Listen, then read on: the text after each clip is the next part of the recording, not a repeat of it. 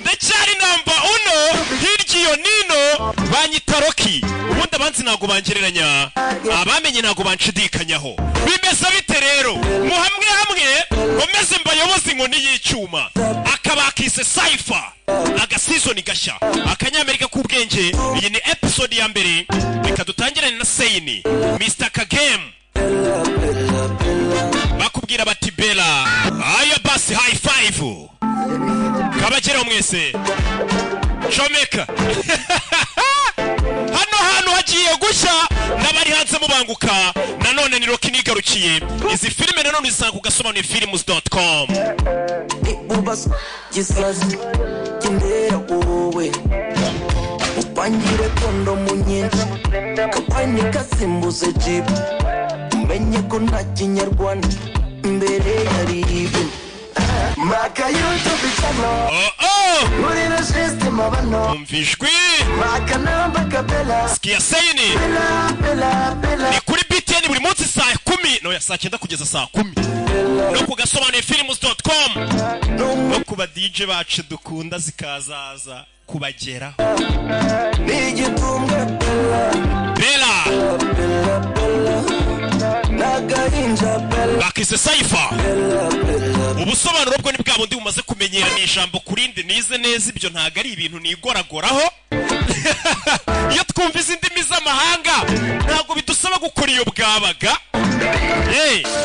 kano ka inja gatoya kano ka inja gabowe kano ka pimbisha fimbo gateda gasteti aka kano ka inja gatoya kano ka shitura imfizi kano gatera masfresi kamaze mosfamzi aka maka YouTube channel muri na system abano maka namba kabela bela yeah nagahinja bela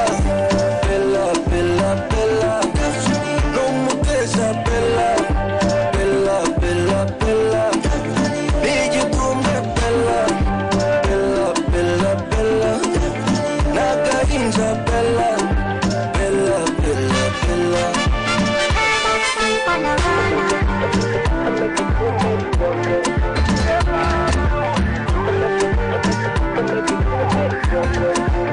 maka YouTube channel muri na system abano maka namba kabela bela hey you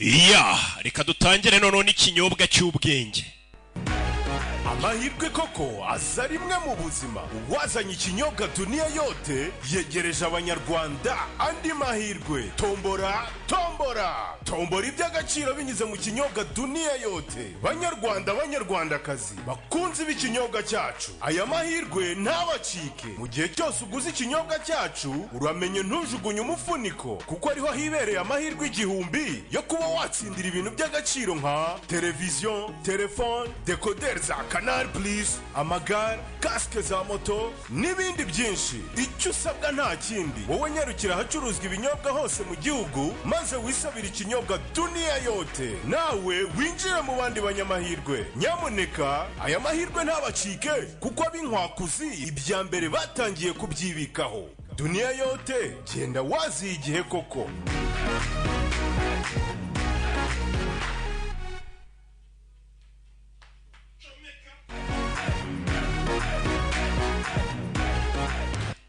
nuko dutangiye episode ya mbere no magambo menshi dutangire California mu mujyi bita Los Angeles filime witonze jambo kurindi sibyo nuko dutangiye filime hari zazaga ni imodoka kubona ko ari za gisirikare abana bunda barakwikira babyita kuzikwikira nk'uko umuhinza kwikira isuka bunda bari gushyiramo za magazini hano umusirikare ufite agafoto kari ubona kari famiye umugore n'abana ni mukaragi hano ni DJ Felix filime uwo mwana angana ate ejo asuzuza imyaka 3 ewana keke ya anniversaire ni njyewe iriho nzayishyura remember the way I felt on my first strike. Ndibuka uko natekerezaga bwa mbere nanjye nataka njya kuri misiyo ya mbere. Buri musirikare agira misiyo ya mbere abafitemo ubwoba. Don't worry, man. Ntugire ikibazo mwana. Used to it. Uzabimenyera. Bigaragara ko uyu mwirabura ari ubwa mbere agiye kuri misiyo. Atuzabimenyera natwe ama misiyo twagiye tujyaho ntabwo byabaga byoroshye. Bisa nkaho bagabye igitera ahantu runaka. Bimeze bite? Uko tugatangiye. Ni kuri BTN TV. Ya televiziyo imwe icyayi itunganye uzajya muzisanga meza biti kubera saa 9 kwi Going in. twinjiyemo indani HQ going in ngo ni kuri ediko tababwiye kwituma natwe twinjiyemo indani tugane ku biro bya FBI aho bikorera baba bari kubyumva abana niba bagiye kuri misiyo bano baba bakurikiranye kwituma naho bana binjiramo indani baba bambaye n'udukurura amashusho rebe filime za filime zisobanuranywe disipurine ubwenge n'akantu kakinene ko nikabura rebe. Remember, no body bags. Mwibuke nta mirambo dukeneye nta mirambo dushaka bisa nk'abana basirikare bagiye kuri misiyo abo batumye basabye kubazana ari bazima ntabwo bashaka ko babica nta mirambo bakeneye bano barareba. Steve, what's happening? We're losing feed. Tutangiye kubura amashusho bano bambaye kamera bano basirikare bagenda bambaye na kamera ku buryo bafande basigaye muri ofisi bari ibintu byose biri kuba. So we're going in blind? Bisa nk'aho nta sinyari. We still have audio. Okay, turasigarana amashwi gusa babuze amashusho ariko barasigara bakominikana ku itumanaho ry'amashwi. Mukomeze mukende komeza imbere. Stay on, team lead. Mukomereze aho twabwiye guca n'aba FBI. Some chatter. Komeza imbere. Baby. Accelerate pace. Hey, bana barabanza bigabanyamo. Mukati buryo bano bari kubayoborera kuri blueprint cyangwa se ku gishushanyo mbonera. Babayobora. Mukati buryo mukira gutya. Mukomeze muri corridor. Stop at staircase. No, muhagarare kuri escalier. See the staircase. Escalier turi kubona. Staircase shows on the blueprint. Are you? Hano kuri blueprint dufite se ko escalier turi kuzibona. On the staircase. Hano na escalier turi kubona kuri teri. Bisobanuye iki? Things are getting closer. Bisobanuye ko turi gusatira. Menya kubo. We should abort. Iyi misiyo reka tuyihagarike. Sense. Ibyo ni ubukora iki?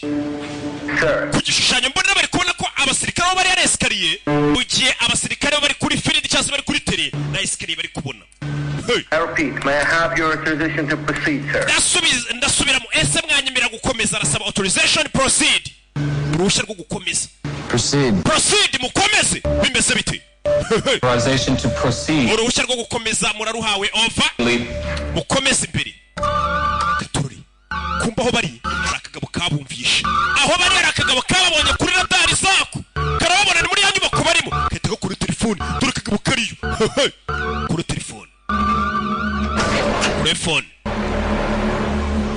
Kagabo kishushanyije ku mubiri gafite amatatuwaje nk'aya Papi Valence baragira amatatuwaje menshi. Uko mutamuzi. No, how they found me. Sinzi uburyo bangezeho. You said I'd be safe here. Kandi mwambwiye ko hano hantu nzaba ntekanye. No time for that. Nta gihe cy'ibyo mfite.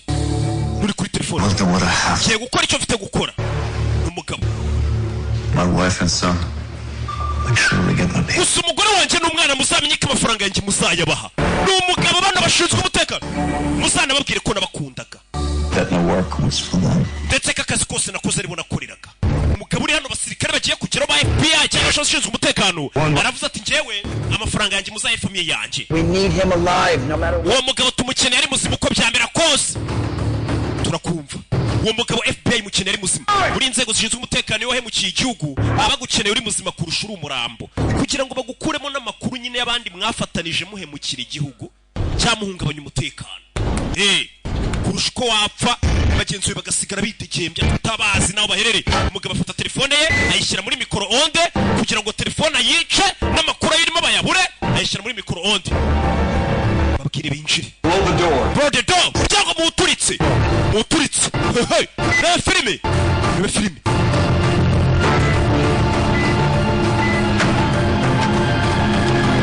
Bana bakure bisasu. Bano abashinzwe umutekano bakuru. Babice muri office ko bari gutanga order bakurikirana urugamba umuntu uri kugenda. Urugamba riga ntabwo rurwanwa n'imbunda gusa. Abakenewemo n'ibitekerezo. Umugabo arabanza asoma kuri dunia yote icyakiye bagiye kugeraho kingwa kuri dunia yote basi nimba ari n'igifatwa bagifata icyanyweye dunia yote bibaze gufatwa utananyweye dunia yote bakagufata n'inyota turi tano chenze umutekano abana baba riji kirimo ndahasi umugabo telefone yari kwiteka muri mikoro onda ari kuyishyushya kugira ngo ishwanyagurike urebe filime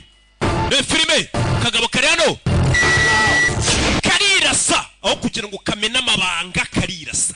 Erega bagufasha amakuru wayatanga. Bagira ahantu bita muri ndabyemeye. Umugabo yarirashe kugira ngo batamujyana muri ndabyemeye amakuru yose akayatanga. Steve, ubuse naba nagufashe ntumpa amakuru. Nagufu. Steve, umugabo bashakaga ari muzima rirashe. Bimeze biti. Uwo bashaka ari muzima rirashe. Iyi ni episode ya mbere bakise Cypher. Izi ni za filime z'ubwenge. Narababwiye ngo byayishwe injiji bikayishurirwa abanyabwenge. Dore ni izi filime rero z'ubwenge rukimbazanira. Bimeze bite? Izi filime usanga ku gasobanuro films.com. Iyo ni website ujye ukishyura amafaranga yawe make kuva kuri Netflix. Birabintu se nabayireba muyireba ariko made in Rwanda bari ibintu by'ubwenge ni nka kuri iranayirenze. Yeah. Cyasa amadolari 20 ukarebera muri VIP. Cyasa 20 by'amanyarwanda. N'amafaranga make. Izi filime zose niho zisohokera. Ahandi hantu ni kuri BTN buri munsi saa 9 kugeza saa 10. Yeah. Nuko dutangiye filime yacu. Bakise ngo iki? Bose nabamenyemo amafaranga bagizemo uruhare kugira ngo iyi filime tugereho. Cyumwereko bamaze kuyikora bahita bamamagara kuri ya nimero yanjye ati Roki Kimomo niwe musobanuzi tuzi uciye utunganya ukomoka ku ntumwa. Aka filime kadushyirire mu kinyarwanda banza no kwanga baringinga nyuma mza kubyemera. Ariyo mpamvu muri kukabona hano hanze kuri BTN TV no kugasobanuye films.com. Bakise ngo iki? Cypher. Hey. Rebe filime. Rebe. Question number 5. Ikibazo cya gatanu. Where was Shawn Mendes born? Shawn Mendes yafukiye. Undi mugabo atuzanye yafukiye muri Toronto. 5 for 5. 5 kuri 5 mwana wanje. She knows everything there is to know about this kid. Mwana wanje usubwenge bwinshi cyane pe. Ni umugabo ari kumwe n'umwana we n'undi mugabo batugaruye tuvuye kuri bari abashinzwe umutekano. Mwana ari kuryamo. My friend Jesse and I think she probably smells like woods and hot. Inshuti yanjye Jesse dukeka ko uwo mugabo yanukaga. I like that. Ntago ariko yanukaga. On the pop quiz? No, silly. Weekends with you. I wish it was the whole week. Mba numva twamara n'icyumweru kurusha uko twamara na weekend papa. I miss you telling me funny stories before I sleep. Mba nkumbuye kunganiriza inkuru zisekeje mbere ko nsinzira. Ndetse ukankora no twaba gitondo. I want to live with you. Nubwo nkunda mama wanjye ariko mba numva nabana nawe. Ni kumwe nyine mama yaratandukanye na papa mama ari urera umwana. Would you like a grown up for a second? Mwana wanjye ntabwo nizi ko wakuze bigeza. 8 years old. Mfite imyaka 8 papa. 8 minus a half. Papa mfite imyaka 8. I have a boyfriend. No mfite na sheri kugira ngo umenye ko nakuze nyagasani. Ufite sheri? Who? Sheri wawe ninde? Business. Ntabwo bikureba papa ubwana bwari kuje. Ibaze Roki ndinze ngana gutya nta sheri ngira akana k'imyaka 8 ngo gafite sheri we. Noneho kakahita kanabwira papa ngo kandi papa uwo sheri wanjye ntaga kureba ntago umushinzwe umushingukeho. Abana. Why did you want to live with your mother and her fault either? Kubora giye kubana na mama wawe. N'umwanzuro wafashwe n'umucamanza nagari ngiye. Kuki umucamanza yafashe umwanzuro atambajije? Considering the circumstances. Ikibazo ukuntu cyari kimeze. It was my job. It was an understandable choice. Kuba narabuze akazi nta kazi nari mfite urumva nago. Why? Kubera iki nyine batakumaye ngaba ari wondera. I'm sure I have a job. Umucamanza ntabwo ari kumwe umwana ngaba ari njumurira kandi nta kazi mfite. Ngomba kuba mfite akazi kuri mucamanza iyo papa na mama bashwanye bareba akenshi rimwe na rimwe umuntu waho umwana uburere cyane ngo se umuntu ufite ubushobozi bwo kuba yagaburira umwana akamwitaho. Get a job, I will be going for full custody. Nindamuka nongeye kubona akazi nzongera nsabe tubane tuzasaba full custody. Sekera rero nta kazi afite urumva ntabwo yaza kubana n'umwana kandi akennye. Okay, we're really good at killing time. When does the movie start? Filime iratangira ryari rero tugiye kureba ya Roki. This, you'll eat popcorn. Uraza kuba uri kurya injugu tureba filime ya Roki. Ababyeyi bakunda kwereka abana filime za Roki ngo ziba zirimo inyigisho zirimo ubwenge. Kumbe turi hamwe wa mugabo yirasi aba forensic bamaze kuhagera. Rwanda Forensic Laboratory. Iyo laboratoire turayifite y'ubwenge habereye ibyaha baraza bagapima bakamenya byakozwe gute bagakusanya ibimenyetso. Kuri uyu mugabo hano barebye muri safe ye babona hari igipapuro cyari kirimo. Kurikirana witunze hagira kano. Aren't you watch to happen for suicide? Twumvishe kandi tubona ibyabaye imbere ko umugabo yahura. But it doesn't get any easier. Ntago yabyoroshye. Umugabo bari baje gufata yiyahuye. Steve, check this. Steve Reban. Basa Rwanda. Tells me it's not a printer test there. Hari urupapuro babonye ari ku rwanditse muri bidasobanutse. Where did all the easy cases go? Ibirego byoroshye ntago bikibaho. You think it is? Urakeka ibi ni ibiki mu rwandiko babonye? No idea. It's strange. Biratangaje. N'abakuru office barumva. It's got Chinese, Latin, wagira ngo ni igishinwa ni ikilatini numbers, imibare inziga hieroglyphe ndetse n'ibintu bidasobanutse bizengurutse iyo ni code. I can send an email of it to you. Reka mboherereze email. Let's not risk a security breach. Oya kugira hatagira n'umuntu duhakinga bikangiza umutekano ibyo bintu mwibitwoherereza. The ability to interrogate our suspect. Twakekaga ntabwo twabasha kumufata. Safe, I'll send a forensic team down. Giye kohereza ikipe ya forensic zipima ibyo bintu bipakire bari ibizanaho kugira ngo mubyohereze kuri email. Email buriya ntiwamenya ibyazo. Sir, we don't have anyone in-house capable of deciphering something like that. Muri kano kanya nta muntu dufite wakora wabasha kuba yakuraho code. Cyari umuntu nzi biriya bye bifite ukuntu byandikiraga amakode. Served as a military cryptanalyst a while. Hari cryptanalyst twakoranye. Ndetse muri iminsi yavuye no mu kazi yakoreraga NSA. Family? Best cryptanalyst I know. No cryptanalyst wa mbere nzwigeze ubaho. Ba bantu nyine babona nka kunyibye byandikiye mu makode mu bintu bidasobanutse by'urushishyo. We akaba yazi izo code akaba yazivumbura akamenya bashakaga kuvuga iki.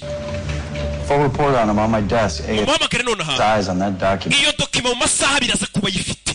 Hari uwo bavuze ngo usubwenge cyane mu bintu byerekeranye n'amakode kuko mwahisha ibintu mukabyandika mu makode kose uwo mugabo ibintu byerekeranye n'amakode arabizi ku buryo ngo nibyo bintu yakoraga cyane yabaye umusirikare. Barakwereka hano hari umugabo waje kureba filime n'umwana we baje kugura amatike tugiye kureba filime yitwa Cypher. Cypher bari ibintu bimeze nk'amakode deciphering ni ugukuramo izo code. Cut. What's the new number? Nimero yawe yabaye iki? Ni umugabo uri hano. I'll be pretty easy to remember. Hey, what's happening? Cyagenze biteze. Turamuhamagaye. Kind in the middle of something. Hari ibyo nari ndimo. Gonna mean wait till tomorrow? Ntabwo wategereza ejo se. Hari umugabo uhamagawe hano. Yari ari kumwe n'umwana we kurikira filime. I understand. Ndabyumva. Okay, I'll get back to you. Just give me a couple minutes. Okay, minota nk'ibiri nze mite nguhamagara. Uyu mugabo arahamagawe. Uyu mugabo ni muntu ki? Hey! Ari kumwe n'umwana bari baje kureba filime yasobanuwe na Rocky. Ababyeyi urabaza ukuntu icyo kintu bakitaho. It's okay, Dad. Bimeze sa papa. Cye nungire ikibazo. So sorry. Babarira mwana wanje. There's good news. Ariko ara makuru meza. It's Nyine. Could lead to a full-time job, this thing. Bino bintu bishobora gutuma mbona akazi gahoraho. Love that. Kandi umucamanza mbonye akazi yazakuma nkakorera. That may not lead to a full-time. Nyine nakaraka bagiye kuma ariko gashobora gutuma bampa n'akazi gahoraho. Yeah. Sibyo? So we can see the movie tomorrow. Rero filime twari tuje kureba reka tuzayirebesha. Ariko ejo urabizi nziga. What are you studying tomorrow? Ejo uziga iki? Imibare. Well, missing 2 hours of school is not going to keep. Uzasiba amasaha abiri ishuri tujye kwirebera filime. Good mathematician. Imibare urabizi ndayizi. That's still no problem. Nzayigusobanurira nyuma. Ejo uzasiba ishuri tujye kwirebera filime. Umve papa. So what are we going to tell the school? Ku ishuri rero turababeshya iki? You have a court appointment. Babwire ko mu rukiko batuhaye randevu tujyeyo. Ubeshye ku ishuri umva papa ariko. I'm studying at school. Umva papa ukuntu ari kubeshya umwana. Ngeje umwana azasiba ishuri. Abesha abarimu ubundi bajye kwirebera filime ya Rocky. Ababyeyi rero namwe. Will Scott's file, sir. Ibi ni amadosiye avuga kuri Will Scott. We contacted him. He's currently. Bamaze kumuhamagara mu nzira ajyayo. Wa mugabo bari bakeneye gusa ubwenge mu byerekeranye no kuba kode. Kumbe ni wa mugabo uri kumwe n'umwana we. Batangiye kumwigaho. N'abashinzwe umutekano. Yitwa Will Scott. Willy. Dore umugabo nguyu. Ibyo bibagiye gufata basanze bifite inyandiko zanditswe mu buryo bw'ibara. Will Scott. Banyita Victor nitwa Will Scott. Okay. Twari tugutegereje. Bari bategereje umunyabwenge kureba ahantu aje abashinzwe umutekano bapanuye. Character combinations I've never seen before. Bino bintu n'ubwa mbere mbibonye pe. How many hours is it going to set? Gutwara amasaha yo kugira ngo bisobanukirwe. I'm afraid this is not a 1 or 2 hour. Iyi ntabwo ari operasiyo yatwara isaha. Days. Biratwara iminsi. Take this back with me to analyze it further. Birabanza. Not proper protocol. But I can check. Hold on. Uretse mbanze mbaze pose. Yaravuze ngo nabitahana mu rugo nkajya kurara mbyigaho baramubuza ati uretse tubanze tubaze kuri office.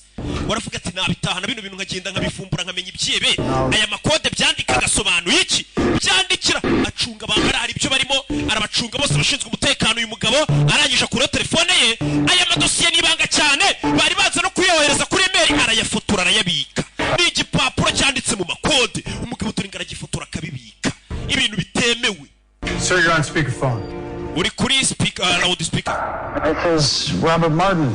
Scott turavugana na Robert Martin. Jumping on board in such short notice. Urakoze kubisubanguka tukigwamagara. At the NSA, I've reviewed your file and based on your nirengagije cyatumye kurukana muri NSA. Are the right man for the job. Nabonye rero mugabo kwirekana kazi. So it's a pleasure to have you on our team. Ndetse n'ibyishimo ko tugufite mu ikipe. This document is extremely sensitive and I cannot allow it. Iyo document ufite mu ntoki nagomba gusohoka muri inyubako. Swept the entire premise. Paka forensic bamaze kureba iyo nyubako yose ko nta kindi kintu kirimo. Ntabwo iyo dosiye twayigwa ngo yitahane. Maze kuyifotora muri telefone ye. Start tomorrow morning. Ejo mu gitondo uzatangira akazi. Ibyo bipapuro uzabisanga ku kazi n'ibindi byose ukeneye. Basore. Code. Whatever. It's code. It's extremely important. Ingenzi cyane. Objectives. One, keep it in our hands. Icyo gipapuro kiguma mu maboko yacu. Give this man whatever he needs to crack this case. Ndetse uyu mugabo mu icyo akeneye cyose kugira ngo asobanukirwe ibyerekeranye n'iyo code. Oversee the transfer documents if you like. Reka ngende ncunge kare amadosiye bayazana. Just keep an eye on this crypto analyst. Oya ahubwo ukomeze ucunge crypto analyst wawe. Uriya musore nyine bahaye akazi ugiye kuba yaza kareba ibyo bipapuro birimo code bisobanuye iki. Ibipapuro barabimwambuye byoreza kuri FBI ejo mu gitondo azajye mu kazi. Gusa umugabo yabifotoye. Yagiye abireba muri telefone ye. Ibi bintu ntabwo byari byemewe aba yari amabanga basanganye ibyihebe. Leta itarasobanukirwa n'ibiki umugabo arayatahanye. Ibintu atari yemerewe. Abashinzwe umutekano baracyari guswipinga. Ahabereye icyaha. Sasa uyu mugabo ari hano ni wa mwirabura twabonye afite umwana ejo uzagira isabukuru ari hano kugira gutyo yumva icyombo cye kiri gusakuza icyombo kiri gusakuza komeza kwigiriza hano bamenye inyubako basanzemo iki cyemenye iki cyebe kidasanzwe cyangwa se amakuru bari guhiga yumva mu nyubako mu gikuta hari biri kujwikira byangiza frequency y'icyombo byangiza frequency y'icyombo. Everything okay? I need to have nama yene inyundo something inside the walls. Bisa nko hari ikintu kiri muri ibi bikuta. Zana inyundo sha. Bano basirikare barazitwaza afata inyundo. Urebe ni mu gikuta mindani. Kubisa baraturitse bose cyewe agikubita muri cya gikuta. Aho byaye papuro byari biri ibintu byose haraturitse. Nyagasani n'abashinzwe umutekano. Gusa uyu mugabo bamutweretse ngo n'umuhanga. Bamwita Will Scott. Ni ari muri douche ubona afite ibintu ari kwandika by'imibare n'umunyabwenge uvuga atari kuzira code zabire yabyihebe akanda kana kare ukagira ngo ari mu ndege zisobanuye iki. Hey sweetheart. Bite sweetheart. Hari turika ryabaye kuri televiziyo. Tomorrow. Don't want to really a secret. Byabanga ryanjye nawe ejo twari kuzajyana kureba filime. And get this message for you. Bibaye ngombwa ko message nyuza kuri mama wawe. Listen, I'm gonna have to cancel. Ibyo kureba filime ejo turabihindiye kuko ejo bambwiye ko azatangira akazi. Things got a little crazy. Ibintu hano byabaye ibintu by'ubusazi. But we'll reschedule. Tugiye guhindura gahunda yo kujya kureba filime ya Rocky. I'm really sorry. Kandi umbabarire mwana wanjye. Ndagukunda. I'll talk to you soon. Tuzavugana vuba. Sibyo message yoherereje mama w'umwana kuko umwana nta telefone agira. Mama w'umwana ari hano yakiriye ubutumwa. Bakise Saifa. Kando hano Nodi. Bite sweetheart ni papa. Ibyerekeranye na ryabanga ryanjye nawe ejo umwana agombaga gusiba ishuri bakajya kuri filime. Umwana wanjye mama itajugunya telefone ni kumwe ababyeyi baba barashwanye. Wo yarinde mama. No muntu wari wibeshye nimero umva kubeshya. Kwa kunda ababyeyi baba barashwanye buri umwe akajyangisha undi umwana. Mama ye ni indaya.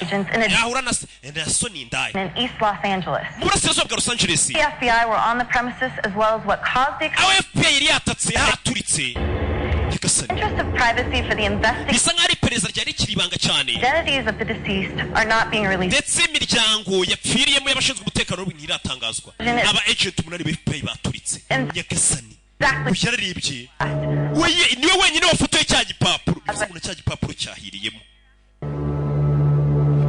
Hamwe yasize afotoye igipapuro aba agent bari bakirinze bose bahiye baturikiyemo wenyine niwe wabashije kugisigara na isa giprintinga muri iryo joro ntiyaryamye amenye ubundi zikode zabiri yabyihebe bitumwe abashinzwe umutekano baturika bose zisobanuye iki igipapuro akiraraho amenye byifashe bite ajya kuri za kode atangira kuzikuramo nyine agenda asobanukirwa ni ibiki hari abantu bandikira mu makode ku buryo utamenye ni ibiki bavuga. Burana abantu baziranye cyane ari ukuntu baganira ati bwombo shaka dafi we ubwo kadafa kamenya nibiki bijya mbere we na Savimbi na Jamari bwombo babazi byo ari byo ibyo niyo makode rero iyo bwira ari ibye biri gukoresha ayo makode yakire kuvuga ati izo bwombo zisobanuye iki zabo bahungu ayo makode amaze gukora hari izina yakuye muri ryitwa ngo Jimmy Gordon n'imibare yindire inyuma muri ya makode yakuyemo izina ryitwa ngo Jimmy Gordon. ATF report just came back. They found embedded explosives hidden in the building. Raporo iravuga ko babashinzwe umutekano bacu basanze hari ibisasu byari biteze mu gikuta imbere. Kandi hose bari bahasatse. They loaded a false room C4 and detonated it remotely. Hari igisasu cyari giteze mu gikuta. Muri cya cyumba tutabona hano kuri map cyase kuri blueprint. I know. Mumbabarira ibyo bintu bire bitandukanye map na blueprint. This knew this day was coming. Bisa nk'ibi byari bizi ko uyu munsi uzagera. Long time ago. Byari byarateguye icyo gisasu na mbere. Bizi ko tuzaza. Hano ruri kuri chat. Important order. Andre ibyo bintu urimo birihutirwa koko ni ingenzi. Text from Rao. Rao aranyandikiye. He and Agent Carter just arrived at Steve Vilker's house. We na Agent Carter bagiye kubwira umuryango wa Steve ko umugabo wabo yapfuye. Ni wa mwirabura. 8 families to answer to. Usengo ni imiryango 8 isigaye yo kujya kubwira. Blame yourself. Abashinzwe umutekano 8 ba FBI bapfuye kujya kubwira famiye z'abati bene wanyu rero bapfuye biba bigoye. We have to blame ourselves. Aya makosa na yacu reka tubyishyireho. Abashinzwe umutekano. You know why? Uzi impamvu? Because there is no one else to blame right now. Muri kano kanya naho twashyira iki cyaha cyabaye. Responsible for this. Paka tumaze gufata abaginga batumye bagenzi bacu bapfa. Right here in this room. Hano muri iki cyumba ibintu byose bariho bihagararira. It's on us. Amakosa ari kuri twe kuba tutarafata abagizi ba nabi. Gasani bene wabo bapfuye bakoranaga. Now where are we at with this suicide victim? Uyu mugabo wiyahuye rero tubanze tumenye ibye. Nta bimuranga. DNA samples. Bari gupima DNA sample woherejeho forensic hano mu Rwanda bikigo bita Rwanda Forensic Laboratory gikora ibyo bintu gipima kikamenya uwo muntu wapfuye yarinde yishwe n'iki bagapima DNA bakamenya suwe mufitanye amasano n'uyu muntu. Identity is the only piece of this puzzle we have left. Katururi bakorera Kacyiru bwarakeye uyu mugabo ariko muri bya bipapuro ya makode ya bya byihebe abashinzwe umutekano FBI yo irizibira ikira gipapuro nta n'iyigifite kuko cyahiriye muri yanzu yabonye imizina ryitwa ngo Jimmy Gordon isura yiriho akomeza gukurakinga zino code agenda reba n'iki n'umutari cyane ni umuhanga kwa buri muntu abafite ikintu ashoboye. Gonna be late for work. Uraza gukererwa ndakererwa ku kazi mwana wanjye banguka. Ni mama ni umugore wa Willie Scott. It's not like I'm old enough to spend 2 hours putting makeup on yet. Akana kari hano. Mama azi gukora amagomba kwitera makeup wana. Right, smart mouth. Akana ufite umuntu ufite ubwenge gafite utugambo kavuga ukumva. Akana gafite imyaka 8. Willie Scott called my desk. Willie Scott yamamagaye. Call him back. Sounded urgent. Numvaga byihutirwa ngo muhamagare. Willie Scott bari bagiye kumuha akazi hano aze nyine abafashe kumenya ibikira gipapuro gisobanuye iki. None icyo gipapuro cyahiriye mu nzu. Ariko niwe wenyine wagisigaranye uko yari yagifotoye. Gusa yagifotoye bitemewe. Yamagaye hano. Uyu niwe wari umurangiye akazi avuga ati hari umuntu nzi urenze. Umve. You okay? Mezeneza. I'm fine. Mezeneza. Saw the explosion on the... Nabonye icyaturika ryabaye ku makuru.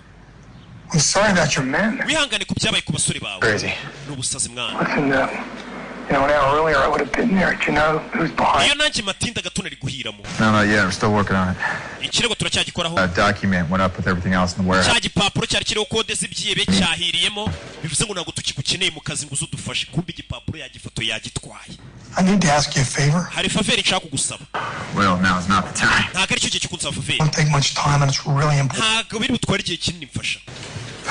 Okay, shoot. Sawa uyu nawe yahoze akorera I leta. don't have access to the system anymore. Urabizi ntabwo ngifite ukuntu nagera kuri system ya leta. Gordon. Ndagira ngo ndebere izina ry'umuntu bita Jimmy Gordon. Corporate. Nawe se n'umufatanyacyaha. Uramushakira iki? Can't really tell you anymore. Ntabwo nakubwira icyo mushakira. Would you please run the name for me? Iryo zina rishyire muri system yanyu nka leta umenyere Jimmy Gordon akora iki.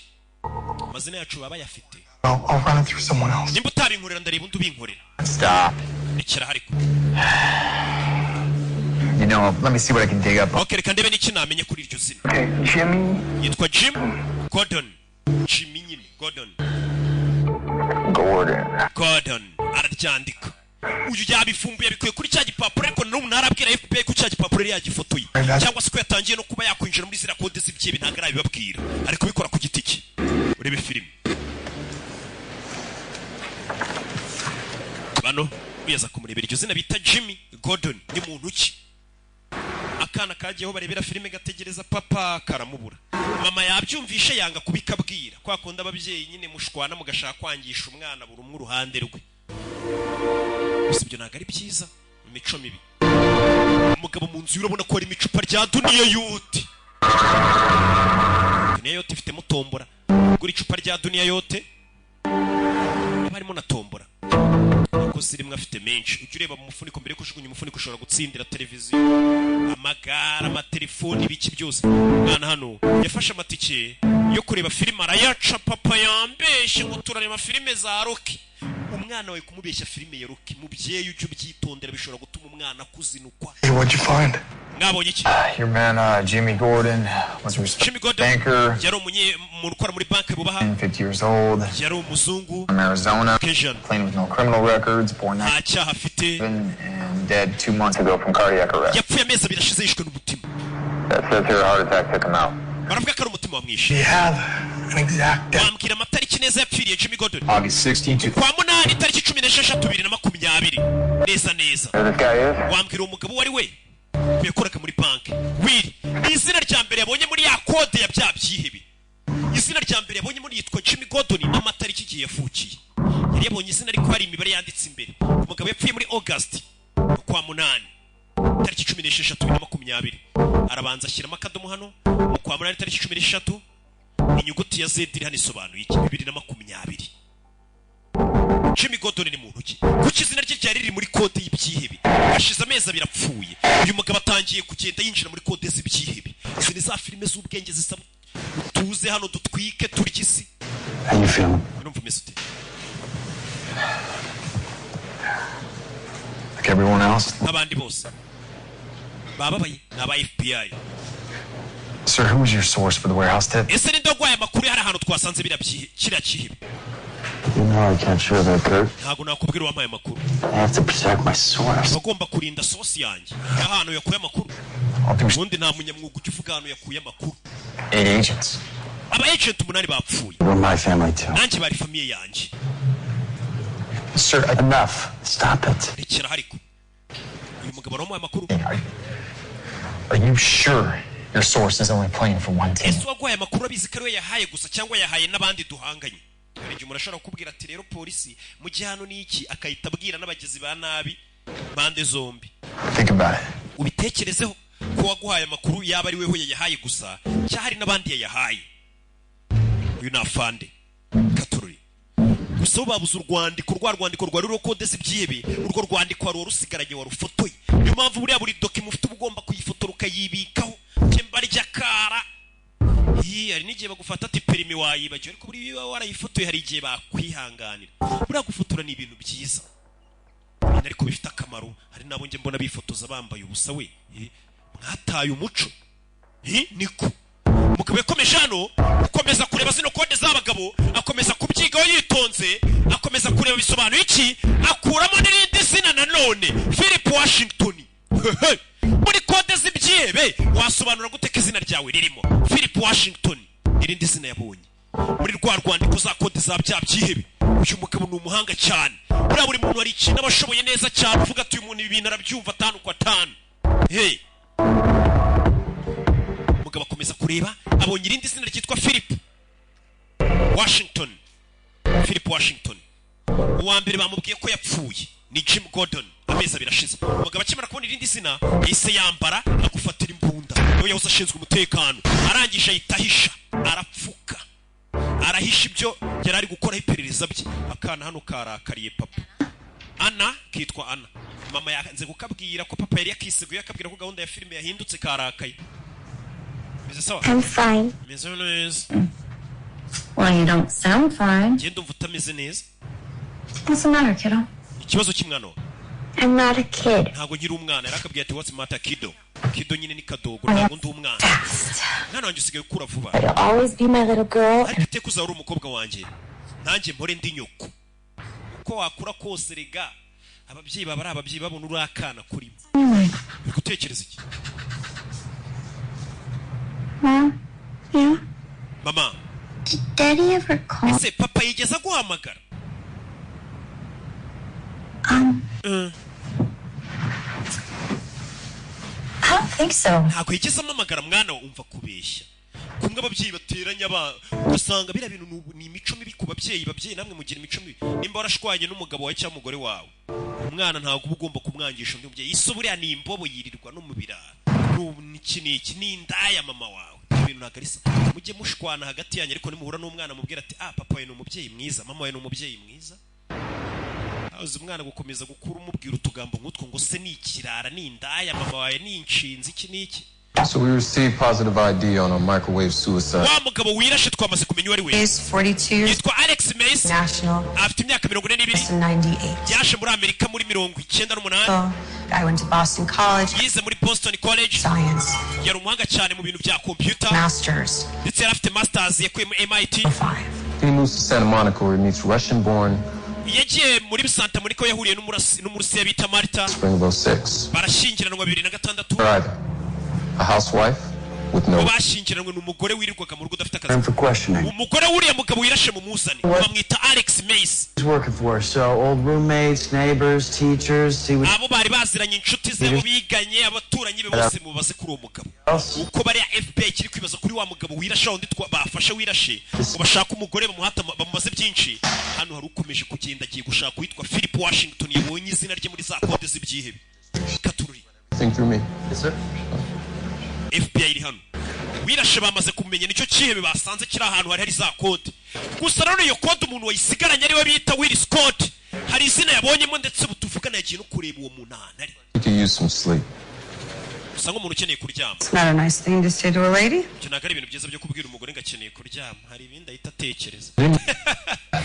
Iko nyine umugore yamusubije. Umugore ati madamu urasa nk'umuntu ukeneye kuryama. Umugore nawe ati hari iryo jambo ntago ari ryiza kuri bwira umugore ngo akeneye kuryama. I mean it. Kurt and I, we can keep things moving. Jakuruka nje na Kati ibindi turabyitaho. Acaho. Nya. Barakwereka. Wabashije gusigarana ya kode y'ibyihebe ndetse wamashe no gukuramo izina yinjiye mu nyubako yabonye. Iryo zina yabonye ryitwa Philip Washington. Ahatuye ngo ni hano umugabo yaje kumureba. Yanze kubibwira FBI, yanze kugira umuntu numwe abwira, ari gukora ku giti cye. Kura y'imbunda. Bamwita Will Scott. Katururi. Hey. Wabonye filime nyinshi z'ubwenge narababwiye ngo filime zitari mu ubwenge zidasobanutse. Izo filime ntabwo uzumva roki nazifashemo. Baranzi ngewe ariko. Sibyo? Kandi none za filime ugomba gusobanukirwa ijambo kurindi bavuze ngo iki ari za filime basakurizamo nimusobanukirwe. Izi filime kandi uzisanga ku gasobanurifilms.com ni website. Ujya ukishyura udufaranga duke ukajya wirebera filime neza umeze neza. Umugabo yinjira mu nyubako. Ibaza izina ibyebe byari byarahishe muri kode. Wowe iryo zina warimenya ukajya ahantu iryo zina rituye. Umeze nk'uwiyahuye nk'umuntu wazi wanjye bira mupanga ataneguje. Umeze tu. Kugera no muri ugasanga hari umugabo umeze nk'uri gupfa. Hari umugabo uri gusamba. Yinjiye muri inzu asanga umuntu uri muri iyi nzu ari gusamba. Bimeze bite? Cyawe. Ni filime. Komeza imbere. Umugabo ari gusamba. Gusamba avayo reba ko yamutabara. Aza gutabara umugabo ari gusamba. Bimeze neza. Gusamba. Bisa neza aza kumwasamura reba umugabo arebe sibiti akiraro nawe baramufata bakubita igishinge mwirugu. Mama we wajeje kuneka yigize indwanyi yigize rambo mu bisheke. There is a season ibintu byose bigira igihe and a time to every purpose under heaven. Munsi y'ijuru ibintu byose bakubwa impamvu. A time to weep habaho igihe cyo kurira and a time to laugh. N'igihe cyo guseka. A time to mourn igihe cyo and a time to dance. igihe cyo kubyina n'igihe cyo gushingura bacu kubona. Thank you for Will's life here on earth. Turabashimira ubuzima Will yagize kuri iyi si. This body that lies before us. Uyu murambo turyamye imbere Will bamuteye urushinge yitapfura agakobwa kakaje kumushingura. Wa mugabo Will byapfuye baje kumushingura. Cya gishinge bamuteye cyahise kimwica. Nyagasani. Bano ntago bikaza baza gushingura ari nk'abantu 10 wagira ngo bari muri corona bo bavumbuye corona mbere yacu. Nako bavumbuye nyine gushingura muri bakenya mbere ya na corona. umugabo arapfuye Will Scott yagiye yigize rambo ngagiye kuvumburanga ibya kode z'ibyihebe nga amazina yabonyeho bamujombye igishinge yitapfa agakobwa ke DC kaje kumushyingura kamuheruka ejo bavugana ngo bazajye kureba filime za Rocky none papa arapfuye Will Scott uko yapfuye hey!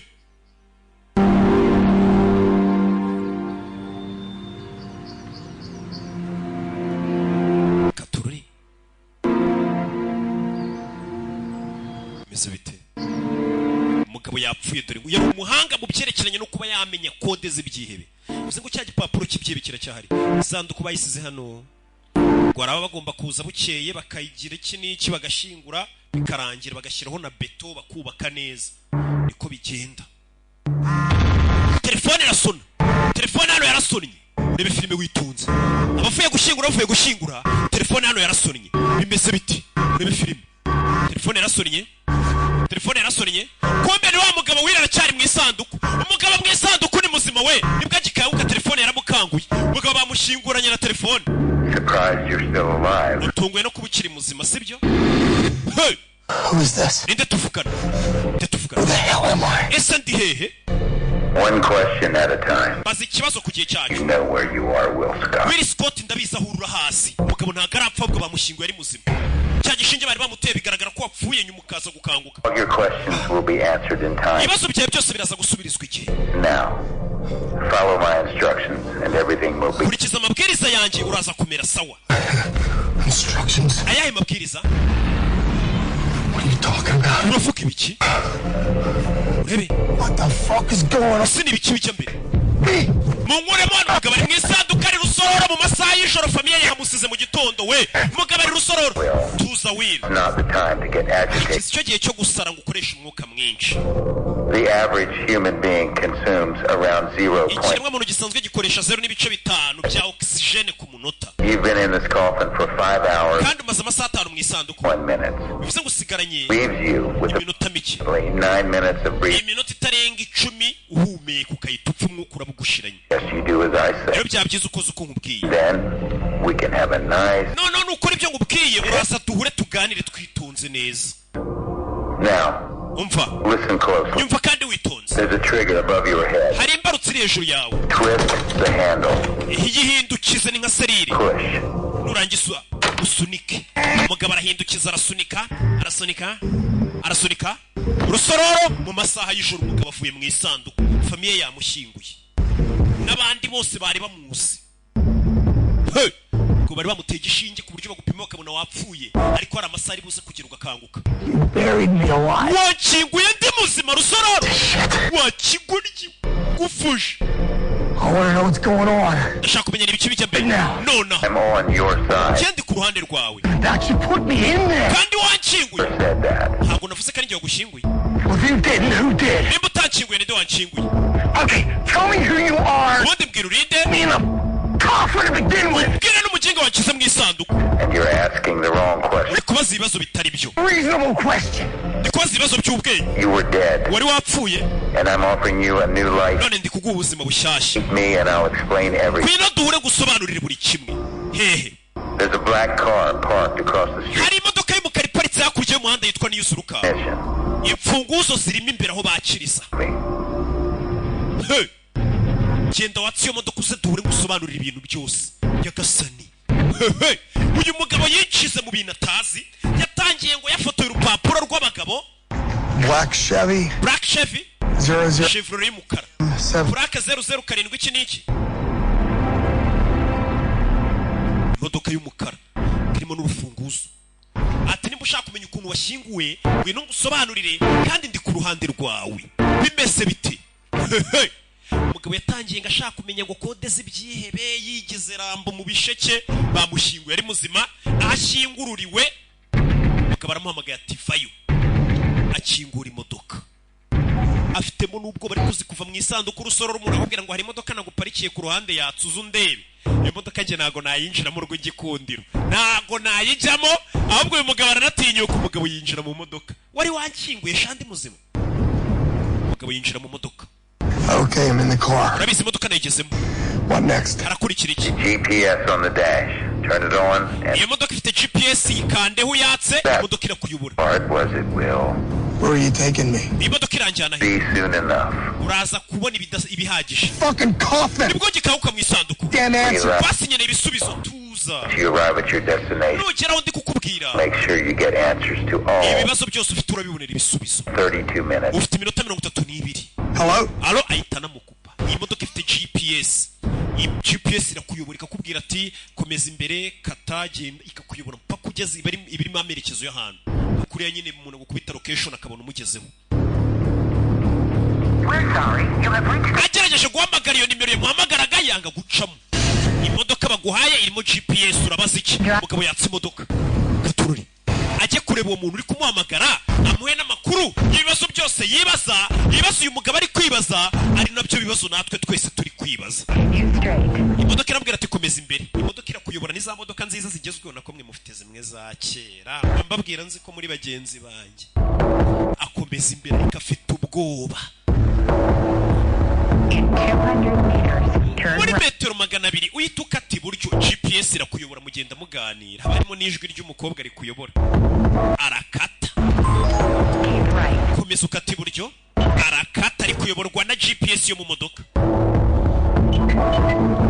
Urebe filime umugabo ageze hano GPS arayizimya ubundi ndajya dore ngarayizimya ubundi no muntu uri kunyobora aranjyana he ikigabo cyita kimuhamagara urebe filime kimuhamagara cyitaba aragikupa ubundi uyu muntu umamagara wari wankinguye ndamwitabira iki umugabo arongera aramuhamagara urebe amuhamagaye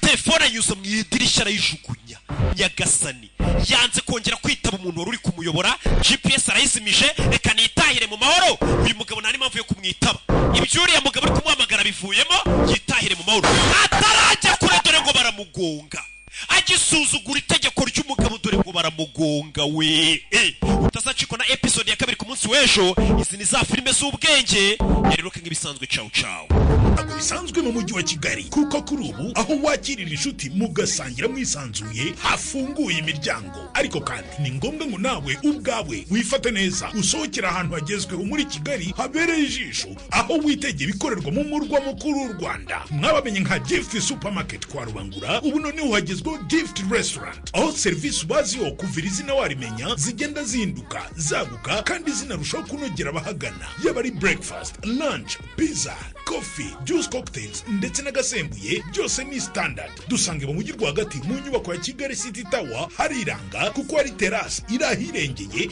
mu mitako ibereye ijisho. Duhamagare kuri 0788 tugukorere home delivery cyangwa booking.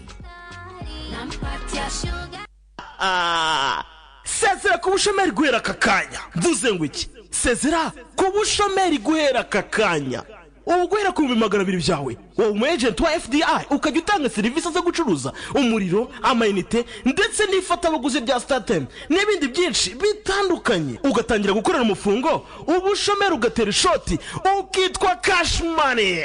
Ku bindi bisobanuro watwandikira kuri email yacu info@fdibiz.com cyangwa ukadomagara kuri telefone yacu ariyo 078115 no FDI kuzaniye application yitwa Ifashe ushobora kuba wakoresha igura umuriro amayinite ndetse n'ifatabuguzi rya Star Times. Nta kindi bisaba uretse kudownloading application Ifashe kuri Google Play. Sibyo gusa kandi kuko no kubakoresha amatelefone y'amatushe tutabibagiwe kanda akanyenyeri 632 akanyenyeri 1 urwego ube wabasha kubona izo serivisi zose zavuzwe haruguru. Gabanyirizwa kugeza kuri 5.5% kuri buri serivisi yose uguze ukoresheje application Ifashe. Ku bindi bisobanuro watwandikira kuri email yacu ariyo info@fdibiz.com cyangwa ukadomagara kuri telefone yacu ariyo 078115 Ifashe, easy and affordable for you.